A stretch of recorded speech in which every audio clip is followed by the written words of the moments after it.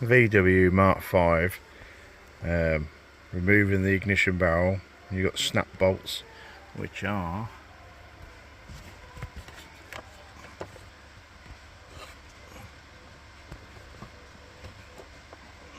there. So once you get all this off, this hole here, if you look, if you drill it like that, you can get in there with a chisel and tap it off. Same again this side. I just need to drill that off and we can get to that snap bolt and tap that one off, then that whole lot should come off nice and easy.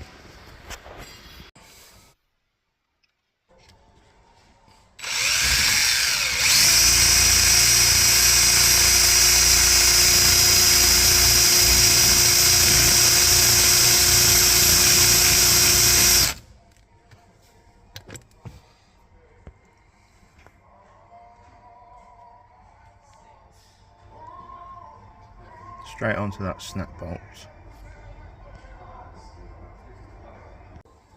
This side, I've done the plastic a little bit wider, but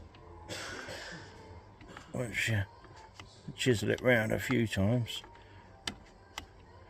you can see that bolt is coming off. Now I snap bolt out from this side, finish off taking that side off. You've got both of these bolts out, the snap bolts go under here.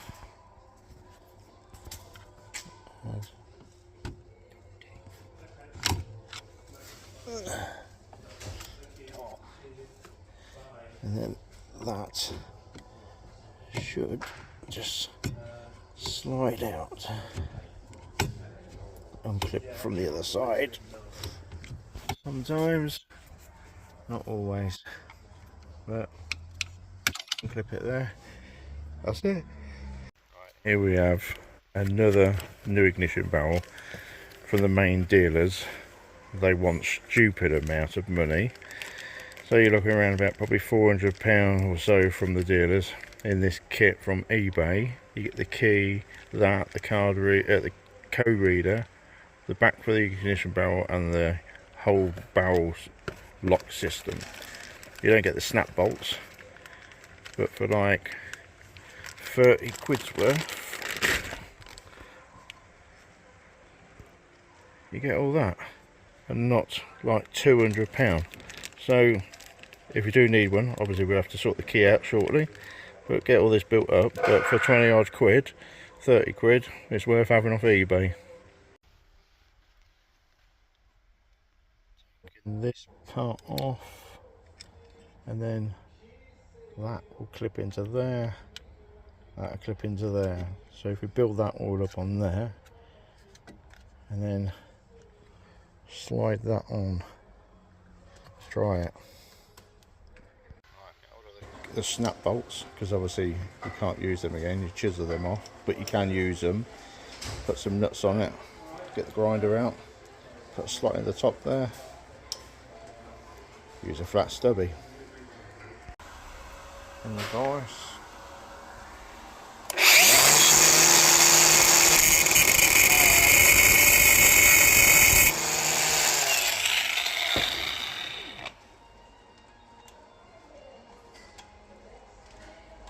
Perfect. Make sure this goes on after, because obviously you have that one there. This is the whole case what's got that key in it, the barrel.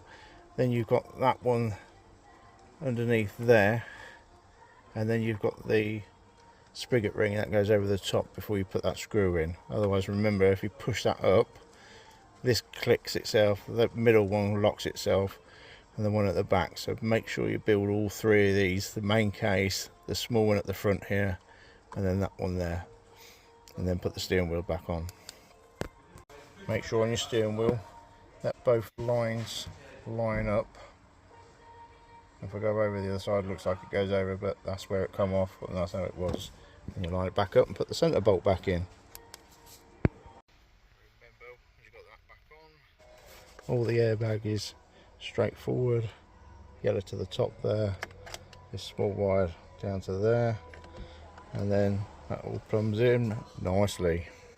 That's the steering wheel all back on, the airbag, everything connected.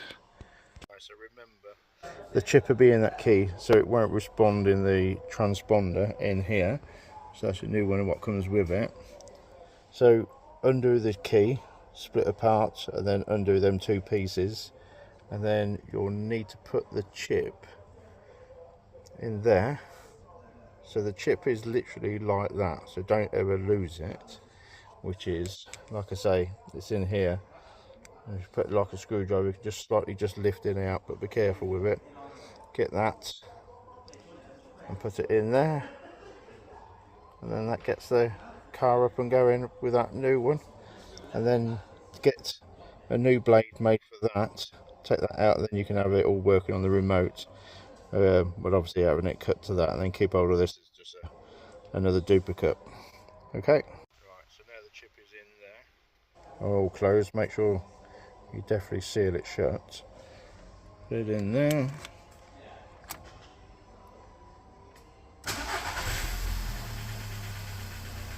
There we have it. Obviously clear the airbag lights because obviously everything's been apart. This key, and I've marked it with a white line to say it's got no chip in it for the customer. All good.